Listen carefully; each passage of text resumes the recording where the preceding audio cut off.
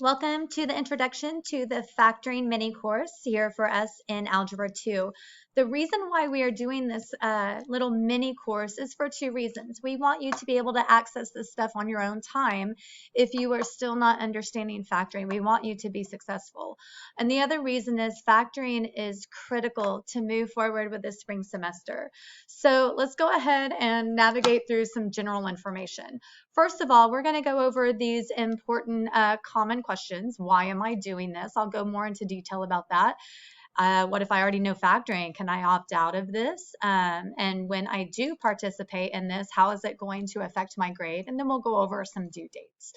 So again, I mentioned earlier, factoring is crucial for the spring semester. I'm just showing you a couple of examples on where factoring you must know factoring to move forward and get some answers to a couple of these questions. If you look at this graphic, there's factoring going on like 3 lines of work, and you just cannot move forward with doing something like this, which is multiplying fractions with a lot of x's in there. You just can't move forward unless you know how to factor.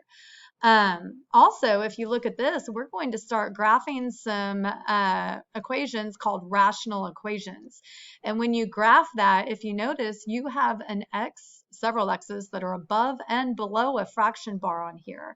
And if you look at this graph, that graph is really busy. There's a lot of crazy stuff going on when we do graph these. However, one of the main components to be able to graph this successfully is to be able to factor.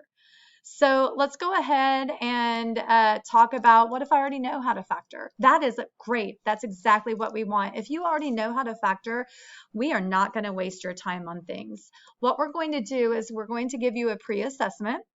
The pre-assessment has 5 questions. You're going to have 10 minutes to knock it out. And you must make a 100 on this pre-assessment. The pre-assessments must have a 100 for a grade. If you do not make a 100 for a grade, then you will have to participate in the module in Canvas regarding that activity.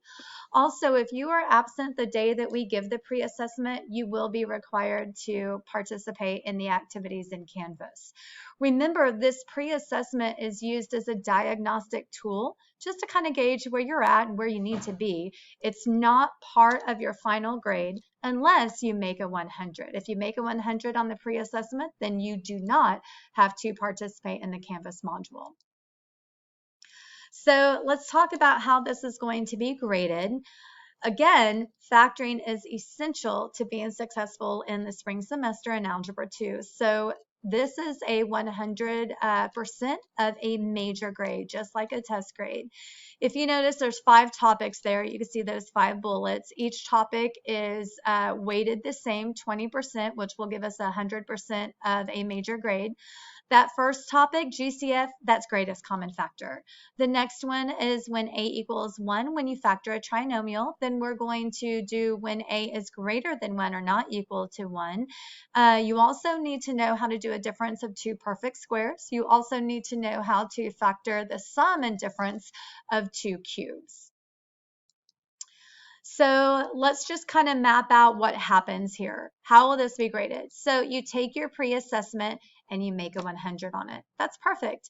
You get full credit for that topic. You do not have to engage in any activities in Canvas for that topic.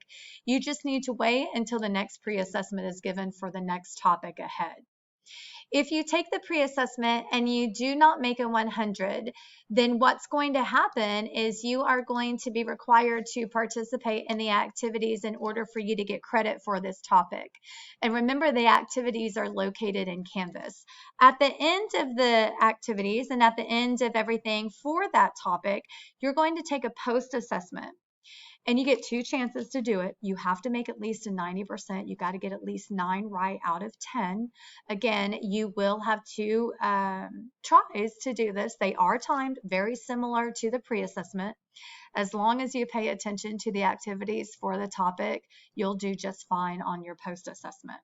Just remember, it has to be a 90. If you cannot make a 90%, then we're going to do some interventions and make sure that you are successful when it comes to this topic of factoring. One more thing that I want to mention is you've got to be mindful of your due dates when you are participating in those Canvas activities. Let's go ahead and talk about the due dates. So if you notice here, you've got your pre-assessments on various dates. We're starting right off the bat, as you can see, the pre-assessment for the greatest common factor. And then notice the module end dates, or when you need to complete the module if you did not score a 100 on the pre-assessment. Notice they're all on Fridays, and that's going to be all the Fridays here for this 6 weeks. We're going to have each Friday in January, with the last Friday wrapping up February 4th. Also remember that a due date does not mean that's when you do it or when you start it. You have to be cognizant. This is done outside of the classroom. You won't have any time in class to complete this.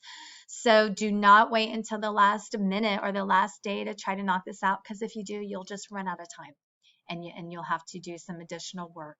So please be mindful and just monitor your time and the due dates on that.